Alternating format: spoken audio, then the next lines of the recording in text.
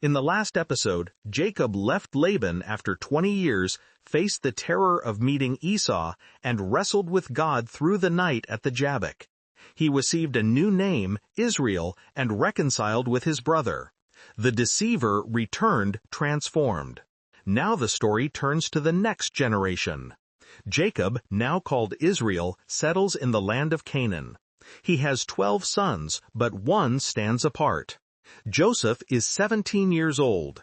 He tends the flocks with his brothers, the sons of Bilhah and Zilpah. He brings their father a bad report about them. Israel loves Joseph more than any of his other sons, because he was born to him in his old age. He makes a richly ornamented robe for him. When his brothers see that their father loves Joseph more than any of them, they hate him and cannot speak a kind word to him. Then Joseph has a dream. He tells it to his brothers. "Listen to this dream I had.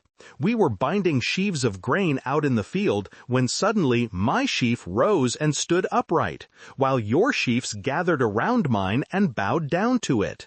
His brothers respond, "Do you intend to reign over us? Will you actually rule us?"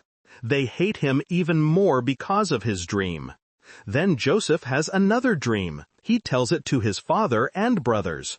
"Listen, I had another dream, and this time the sun and moon and 11 stars were bowing down to me."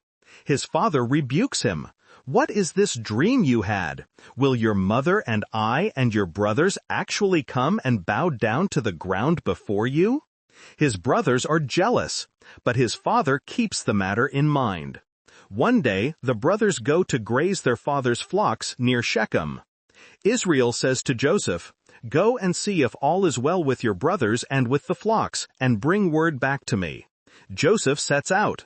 His brothers see him in the distance. Before he reaches them, they plot to kill him. "Here comes that dreamer," they say to one another. "Come now, let us kill him and throw him into one of these cisterns, and say that a ferocious animal devoured him. Then we will see what comes of his dreams." But Reuben, the oldest, intervenes. "Let us not take his life. Do not shed any blood. Throw him into this cistern here in the wilderness, but do not lay a hand on him." Reuben intends to rescue Joseph later and return him to his father. When Joseph arrives, his brothers strip him of his robe, the ornate robe he is wearing. They take him and throw him into the cistern. The cistern is empty. There is no water in it. They sit down to eat. As they look up, they see a caravan of Ishmaelite traders coming from Gilead. Their camels are loaded with spices, balm, and myrrh, heading down to Egypt. Judah says, "What will we gain if we kill our brother and cover up his blood? Come, let us sell him to the Ishmaelites and not lay our hands on him. After all, he is our brother, our own flesh and blood." His brothers agree. When the Midianite merchants come by, they pull Joseph up out of the cistern and sell him to the Ishmaelites for 20 shekels of silver.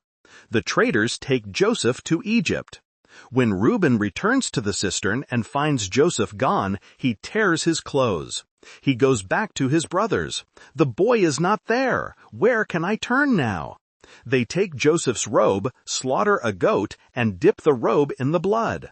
They take the ornate robe back to their father. "We found this. Examine it to see whether it is your son's robe." Jacob recognizes it. "It is my son's robe. Some ferocious animal has devoured him. Joseph has surely been torn to pieces." Jacob tears his clothes, puts on sackcloth, and mourns for his son many days. "No," he says, "I will continue to mourn until I join my son in the grave." And he weeps for Joseph. Meanwhile, in Egypt, the Midianites sell Joseph to Potiphar, one of Pharaoh's officials, the captain of the guard. The dreamer has become a slave. The beloved son has been sold by his own brothers.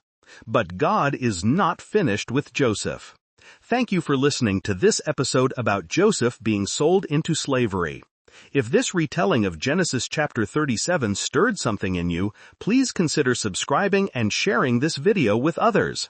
In the next episode, Joseph will rise from slavery to prominence in Egypt, only to be cast down again into prison.